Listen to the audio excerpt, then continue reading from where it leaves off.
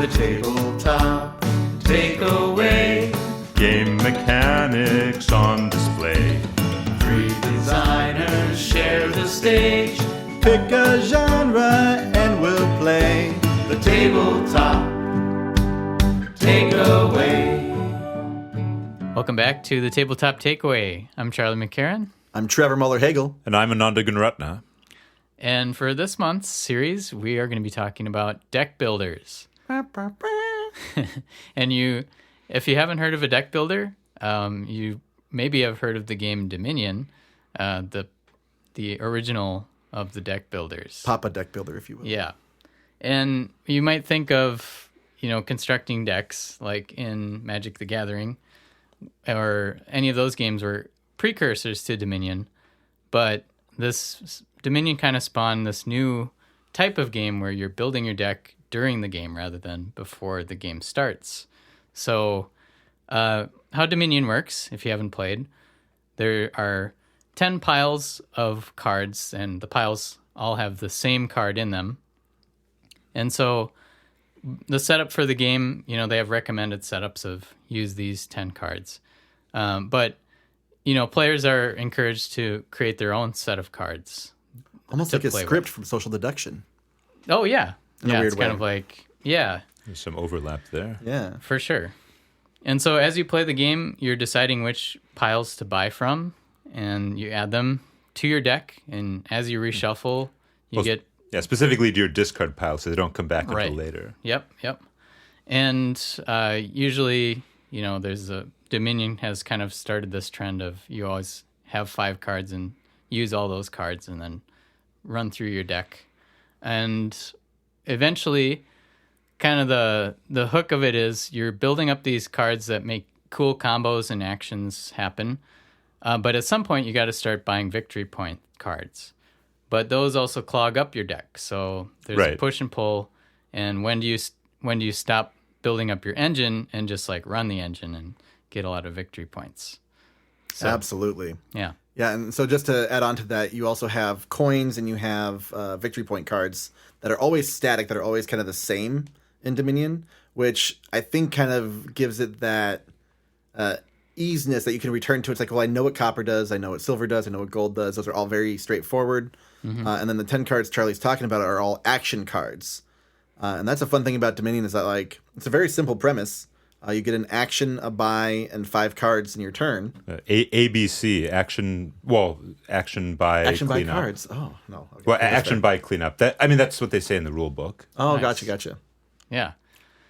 So yeah, this game I've played a ton. I used to own, I think, 8 different sets of it, and we'd play like every week, once a week for 2 years. Sure. Sometimes every day. I don't know.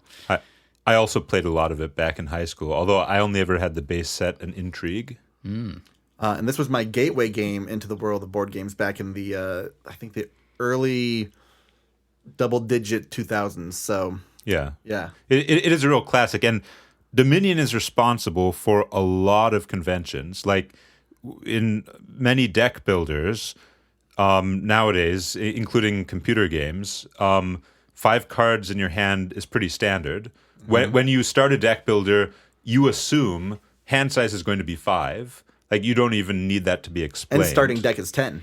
Right, yes. Because it's 2 hands. Yes, and you just assume that when the deck runs out, you're going to shuffle the discard pile. So there are a lot of very powerful conventions that Dominion introduced that nowadays, if you're building a deck builder, it's just sort of expected. And if you don't follow those conventions, people are going to have a harder time learning your game. Yeah. And I don't know if you have played Thunderstone. We didn't talk about that one. That was maybe the second or third deck builder I got into. And they, I think, do 6 and 12. And I was like, 6 and 12. Oh, that's so exotic. Yeah, I think Marvel Legendary, is that 6 and 12 too? I don't remember. Yeah. But, well, not only is Dominion responsible for a lot of deck builders, but it's also responsible for this podcast, sort of. Because it is. I remember It's true. we were at a convention together, and you guys started talking about Dominion for like, I don't know, half hour, 45 minutes. It was a full hour. Yeah. Oh, an hour? Yeah. Okay. So yeah, I want to hear what you guys started talking about. Well, with Oh my Dominion. god. I think I floated the idea of a podcast with you, Trevor, and we were sort Yeah. of thinking of what would it sound like. And so I think one of us said, well, why don't we just try it out with Yeah. some game? And so we picked Dominion. Yeah. And so we just did an experiment and talked about Dominion for A bit. quite a bit. Yeah. Well, like we were going through the individual cards, talking about how that played out in different ways. Ananda really focused on the deck shedding at that time, Yeah. And also how much I hate the witch. and how much he hates the witch, which I also am not a curse fan nor a militia fan. Yeah. I don't like restrictions. I want to like grow, and which is like prosperity is my favorite expansion. I don't mind the militia as much, That's fair. Yeah. but the witch is. So I have had a very opposite experience because the first times we were playing Dominion with my friends, we didn't really know all the rules, and turns out we had the curse pile from both the base set and Intrigue. So it's double the amount of curses in the game, and we were just using Witch and Torturer and all these cards. So we're already getting inside baseball on Dominion cards right now. But Right. basically, the cards attack all other players by giving them a curse card into their deck, which is a junk card in your hand, and it's -1 point.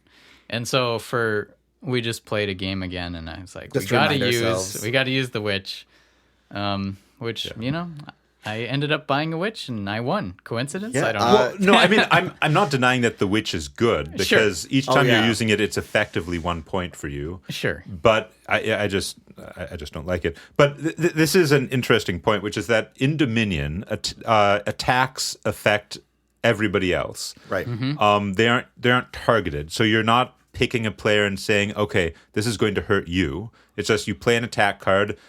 Everyone is hit by it, and I actually like that because I am not a fan of take that games. I think sometimes it can feel very mean spirited when somebody is targeted, especially if the attacker doesn't get anything out of it. The nice thing about attacks that affect everyone is that no one feels targeted, for one thing, and it's obvious that the attack benefits the person who played it because. Like, if you play an attack that only affects one person, everybody else is benefiting because you didn't use your turn to do something that would help Right. you. But if you play an attack that hurts everyone else, you are benefiting because you're the only one it didn't hurt. Right. Which why not just give that player a positive instead and not hurt people in the process? It's a fascinating. I have a reason a for rebuttal. it because I think you get more interactivity that way. That's true. That is true. Because not only I can attack you and it might be funny, Right. but you guys can play a moat and reveal and be like clever about, hey, I was defending. The Yeah. moat is a defensive card that you reveal from your hand. You don't actually have to play it, which is great. Yeah. Nice. Thank you, Trevor. We need these little asides for all Yeah. these cards we described. I suppose the flip side, however, of having attacks that affect everybody equally is that they don't scale very well. Because if you're playing a 2-player game, you just have one other person making attacks that affect you. But if you're playing, say, a 4-player game, suddenly there are a lot more attacks, and each one hits you separately. And they might hit everyone, but the point is there are a lot more attacks flying around. Every single attack is affecting you because they affect everyone. And so the more players you have in the game, the more you're going to get hit by attacks, Right. which Yeah. can be frustrating. Oh, Yeah. absolutely. Yeah, if you're getting witches and militia coming at you and you don't have moats or anything to block any of that damage, it feels like people are picking on you even though they're not. And it's like, Yeah. oh, I guess I need to like get these cards, but I want to do more fun things and just be defensive. And it's like, it's an interesting dilemma. My personal preference for how to handle it is sort of take a middle ground between the two, Right. and have attacks that just automatically affect your neighbors. Oh, sure. Sort of Seven Wonders style. Yeah. I really like effects that interact with just your neighbors because they scale really well. Oh, sure. No matter how many players are in the game, you only have 2 neighbors. Yeah. Yeah. Or even the player to your left or right, maybe even might scale a little better from 2-player to 3-player. Instead of choosing a target. Yeah. Right. Yeah, for But- sure. Yeah. I can think of there's maybe one Dominion card that targets one player. in all the sets that I can. But yeah, so I think we could talk a lot about the different sets of Dominion, but we've had like, I don't know, 10 or more. Yeah, I think have they had more since their big box came out too. I don't remember what the big box even was. I think it was only 4 or 5 of them. Maybe. But it's such a nice system. Obviously customizable card games like Magic have sets, endless amounts of cards now. Thousands and thousands. Oh my God. Every year there's 4 new sets for Magic? Mm-hmm. That's ridiculous. But yeah. No offense, Wizards of the Coast or Magic the Gathering. Thank you for doing what you do. Yeah. Yeah, but Dominion is such a nice system that you could swap out cards from any set. Oh, yeah. And I think I'll just jump into my takeaway is that Dominion's really good, I think, about, well, first of all, making players feel clever about making the choices for how the game should be. Mm-hmm. So you get that same feeling of like, setting up combos. But you're not just like setting up a combo that only you get to see. It's like everyone gets to play with those combos. Mm-hmm. We all get the village, the festival, and drawing all these cards, making all these extra plays, getting all this extra money. Yeah, I mean, it's sort of basically a puzzle, right? It's effectively a game that's a shared or I guess competitive puzzle solving. Sure, in that you're given a puzzle in the form of 10 cards. Plus, the common ones that are included in every game. Right. And your challenge is, okay, how can I get the most points with these 10 cards? Mm-hmm. And everybody has access to the same 10. So, yeah, it's competitive puzzle solving. Well, and then throw in that it is still a deck of cards. Like, there's still a random element to it, so you can't exactly predict how things will come up. And, yeah, you have a full experience there that can't be really replicated.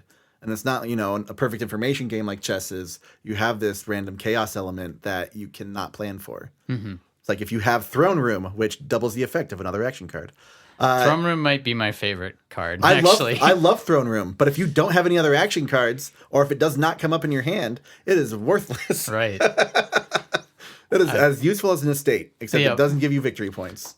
Yeah, estates are the starting victory point card that gives you 1 point. 1 point that only. you try to trash and get rid You of. typically. And we could go down that rabbit hole too of like there are a lot of rabbit deck holes. Shedding. We mentioned that. Mm-hmm. I know I said this wouldn't, but I think this actually might be my takeaway. Just because, I mean, to be honest, it is. I know. But I guess the one other thing I will say about estates, though, is the fact that you start with 7 coppers. Coppers are the lowest form of currency in the game. They're free if you have a buy. Right. The fact that you start with 7 coppers and 3 estates, I think, is pretty clever in terms of teaching players an important lesson about the game. Yeah. Because one of the most important lessons that Dominion teaches to its players as early as possible is victory point cards take up space in your hand and clog up your turns.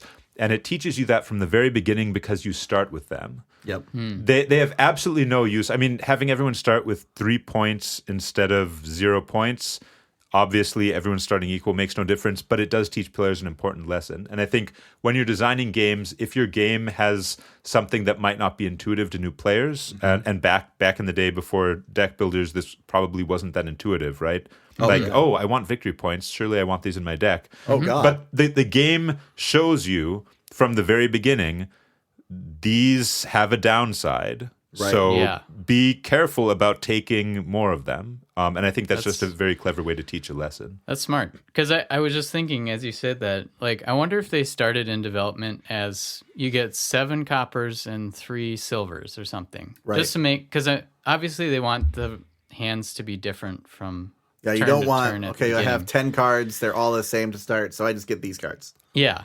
Yeah. No, you have to have that variance. That's smart. Yeah. Yeah, I think when you're making games, one of the most important things is to think about how new players are going to engage with it and figure out, what to pay attention to and what is good, what beginning strategies they should follow. Mm-hmm. So there are tricks that you can do like this to draw players' attention to certain parts of the game, and I think figuring those out is very important. Yeah. Because I remember the first time seeing the chapel card, which Oh, yeah. it says, oh, trash Up any to 4 number of cards. cards from your hand, 4 cards from your hand.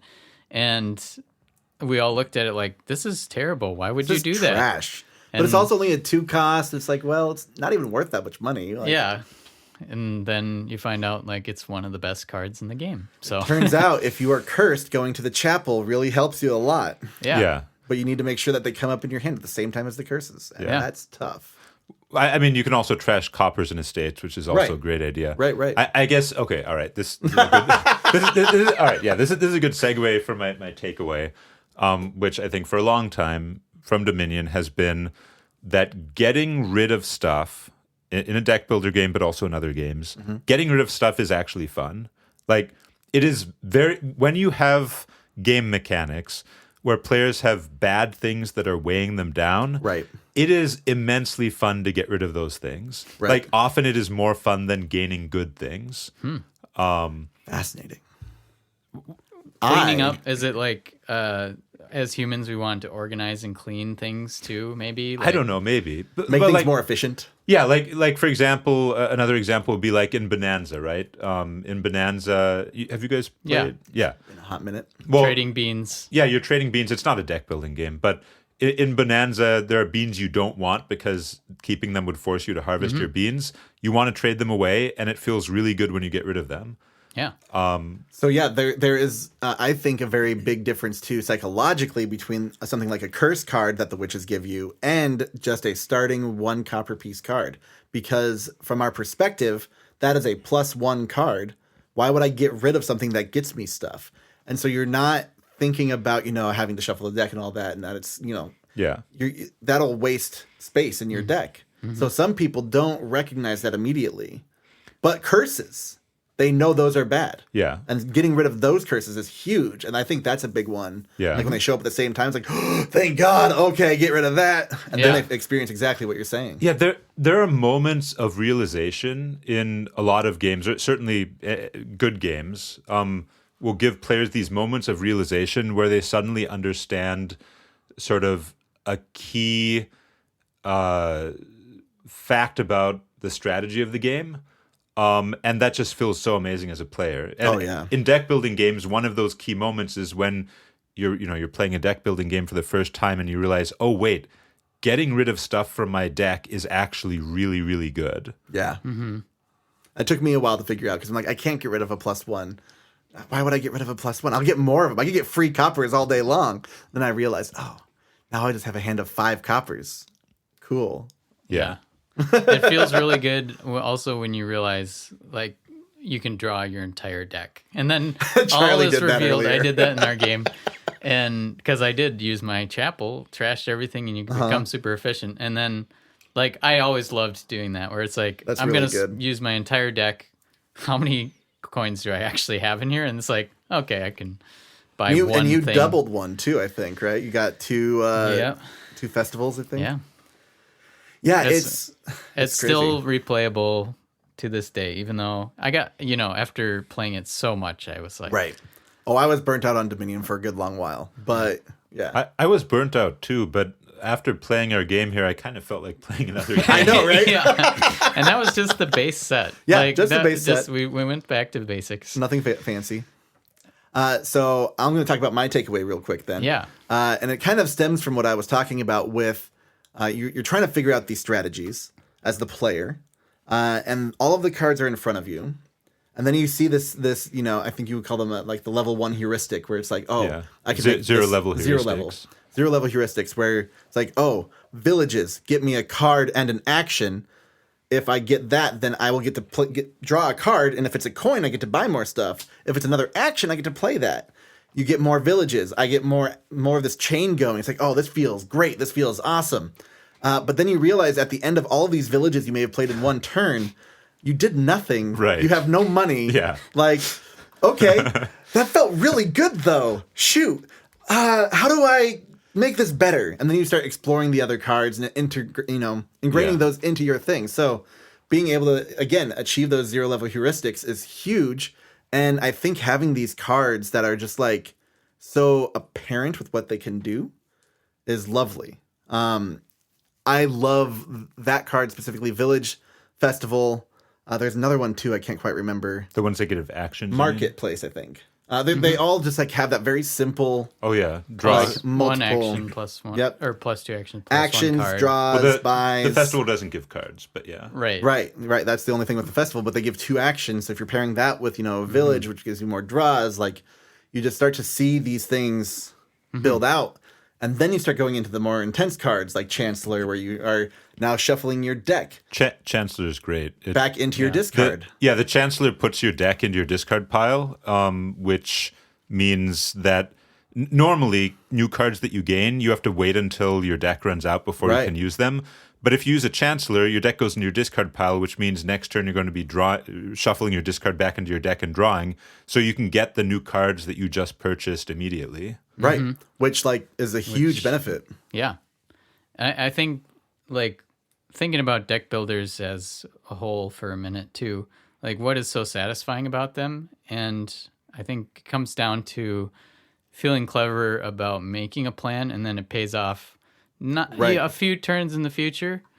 But like you're saying, it's really obvious that, this is the card that lets you do... when you play it, engine. Yeah. But it's so satisfying to just keep drawing a hand that is, I did this myself. I did this to myself. And this is often what Ananda, I think, brings back, is having a chance for the player to be creative and problem solve in the game. It's like, okay, how can I make this work the best? Right, yeah. It giving a sense of ownership over your part of the game. So, my takeaway kind of ties into all that, where it's, I used to call them designer traps, where the designer designs something that's fun, but doesn't actually yield you anything unless you incorporate it with other stuff. So you go down this path. It's like, okay, that was really fun, but it didn't actually win me anything. So how do I have that fun transfer into actually scoring points, actually winning? And that, I think, is a great way to do so, is just by clearly showing how this can be chained together. Yeah, and think, just as a thought experiment, if Dominion was more like a worker placement game, where you say you have all the 10 spots are the worker placement things. It's like, those are really boring. It's like, draw a card, gain money, perfect information, and you just instantly get that reward. Super boring game. Yeah, but because of the delay of I know this will pay off in the future, and the randomness of them being drawn in your hand, I think the being unable to control the true order that it will come to you, but knowing that it will help you in some way someday, it makes you think meta about your strategy, big picture. Cool. Was there any last thoughts on Dominion? What a great game. It is a great game. They did a good job. We could dive into any number of these expansions, but that's... Well, maybe we'll do deck builders again in the future. There's a lot more I want to do still, so... We'll do deck construction, I think, someday. Yeah, too. Deck construction would be good. Magic the Gathering. I'll do the games. We'll do Pokemon. We'll do Star Wars. Whatever. All right. Cool. That's Awesome. Dominion. Thanks, See guys. you next time. Hey, thanks for listening to The Tabletop Takeaway. This podcast is made possible by listeners like you. So please tell your friends and visit our website at thetabletoptakeaway.com, where you can suggest games and mechanics for us to cover next on the show.